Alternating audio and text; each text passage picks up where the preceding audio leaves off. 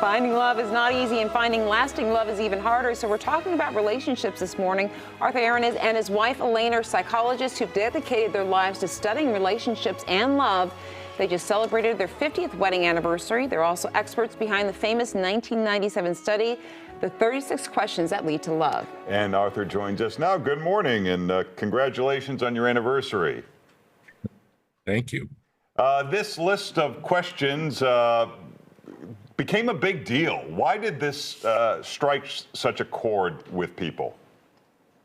I think it's because people are looking for a way to, get started in a relationship, to create love between people. It wasn't really designed for that purpose. It was designed for use in laboratory studies, but to create closeness between strangers. So it wasn't designed for that, but a piece came out in the New York Times where people used it to fall in love. And that just went viral because people are looking for a way to be able to fall in love with someone.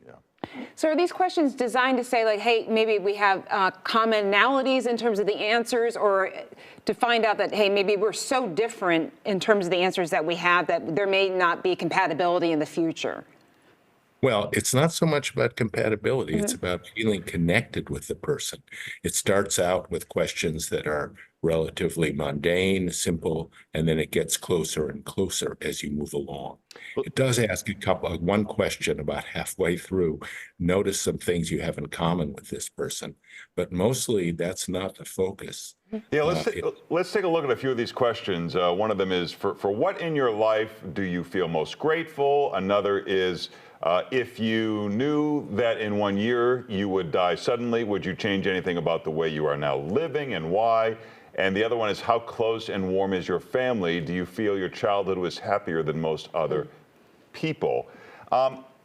These are very oddly specific, seemingly random questions. How did you come up with these, and why do people need these? Why can't they just figure this out on their own? Well, it starts out with questions that are not like that. Those are very deep ones. And then you gradually move to those. So you feel more comfortable talking to this person, and then you go to something deep. And the idea is to create a situation where people will reveal things and the other person will be responsive. It's the responsiveness that ends up making the real difference, is to feel a person hears you, cares about you. So what would that be matters a lot in ongoing relationships, not just in creating a relationship. What would be an answer, perhaps, or an issue that maybe would raise concern for you in terms of the answers that a couple might provide?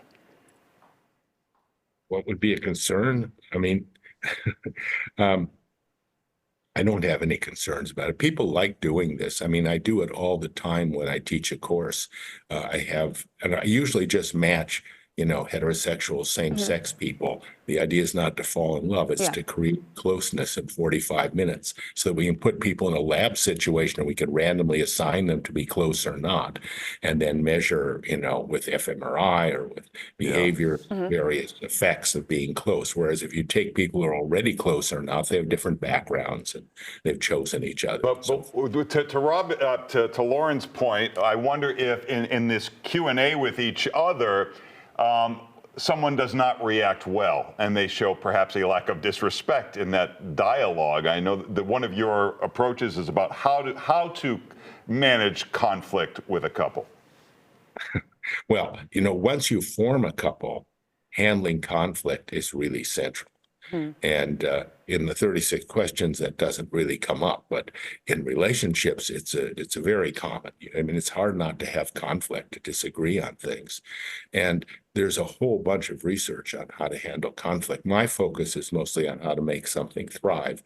But handling conflict is basic. And there's a lot of research. One of the new pieces that came out, not from my studies, is try to, both of you, stop for a moment and think about how a person who cares about you both, but is neutral, would look at this situation.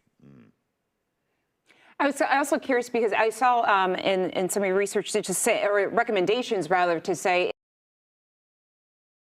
in 5 minutes to say whatever, be silent, maybe write some notes about your rebuttal, and then give the other person 5 minutes to say what they want to say. And then how does that come to a resolution in the end?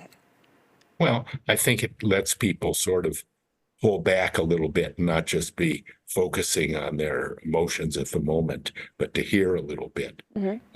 Again, this is not my specialty. I'm not a specialist in handling conflict. My specialty is mostly on focusing on how to make relationships thrive beyond it, beyond the basics. Yeah. But it's certainly very important. And there's a lot of stuff out there on doing it. Well, the questions are fun, and I think, you know, some couples are just natural talkers, others are not, so this may be more helpful for that group. And so, yeah, it's a real interesting read, the 36 questions. You can find them out there. Thank you so much for joining us, and congratulations on 50 years of marriage.